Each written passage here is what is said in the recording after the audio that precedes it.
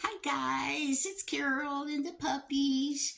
Molly didn't even dive under the couch when I got the tripod out, only because I caught her. I don't know why she's scared of this tripod, but she does not like it. But anyway, I'm feeling much, much, much better, and I have things to do. I've got things to do. I'm going to show you some cards I made yesterday, and show you another apron.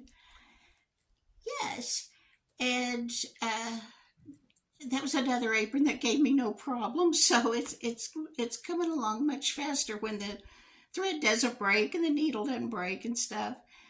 Uh, my grandkids get to come over today, so I had Casey pick up a book from the library that we're all going to read to each other after lunch. And even if you don't have kids, that doesn't mean you can't go get books from the kids department. You're not banned from the children's department because you don't have a kid with you. I've not read this one yet, but I've read lots of books by this author. His name is Andrew Clements. He writes for mostly for elementary age kids, like fourth and fifth grade, something like that. But they are so funny.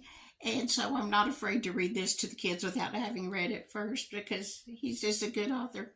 It's called The Last Holiday Concert. I'm going to read you the blurb. Winter Hope. It didn't sound like much, but it was a big deal, a very big idea. It all started when Hart Evans zinged a rubber band that hit Mr. Menard, the choir director. Actually, it started before that when Mr. Menard learned he was out of a job because the town budget couldn't afford music and art teachers. Mr. Menard got so mad at Hart that he told the sixth graders he had it. They could produce the big holiday concert on their own or not. It was all up to them. What happens when a teacher steps aside and lets the kids run the show? Not what Mr. Menard would have predicted, and not what Hart Evans would have guessed. Not at all. Out of the chaos, infighting, compromise, idealism, and finally a fragile peace, the sixth grade choir concert was born, and they called it Winter Hope. But would it be the last holiday concert of them all? This is a pretty short book, like 150 pages, and this is what Mr. Clement says. The Last Holiday Concert. I knew the basic plot of The Last Holiday Concert before I began, but I learned as I was writing that the story is really about the difference between popularity and leadership. It's also about the vital role that art and music teachers play in our public schools.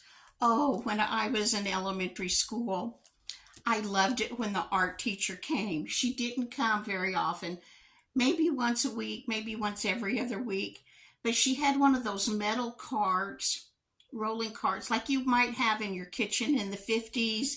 It was like yellow metal with silver handles, and it had two shelves.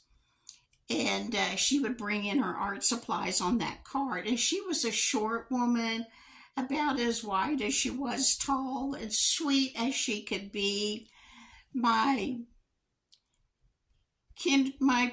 we didn't have kindergarten back then. We called it pre-K.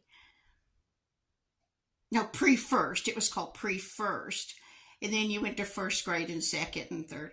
Anyway, my pre-first teacher, my second grade teacher, they were really stern women. uh,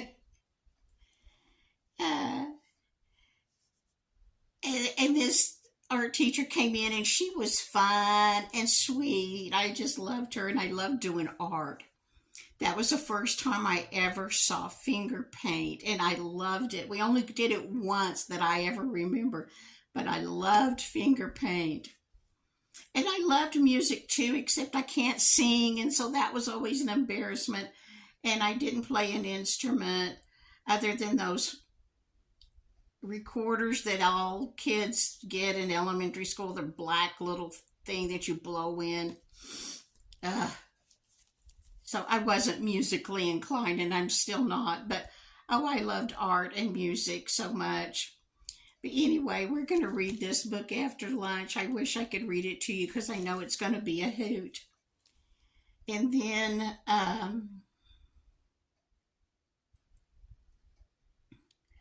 goodness, I had stuff to tell you, but it just went right out of my mind. Oh, well. Anyway, you can see I'm much better. Thank you for all the kind words. You guys are just the best. You really are. You really care about me. And that is such a wonderful feeling to know that there are people out there who'll take a minute and leave you an uplifting message. I tell you what, if every lonely person out there knew what fun YouTube is, they would have a channel and be making videos. Well, you guys all have a channel or you couldn't see this. But you'd be making videos because I have met the most wonderful friends on YouTube that I never had before. I just appreciate you guys all so much, and I appreciate the comments you leave me and the kind words, and you guys are just the best, honestly. Okay, I'm going to go now, and I'm going to stick in the picture of some cards I made and that apron. And it just went right out of my mind what else I was going to make this video about. But anyway, my bedroom will probably be the next video. We'll see. Okay, guys, bye. Hope you're having a great day. See ya.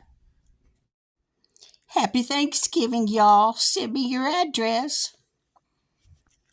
Casey and I really don't like black, but I bought this and it's turned out to be our favorite apron. Casey and I both just love this. It's going out in the mail to somebody, but I may have to go see if they have some of this fabric left. It turned out to be our favorite print so far. Okay, guys, see you in the morning.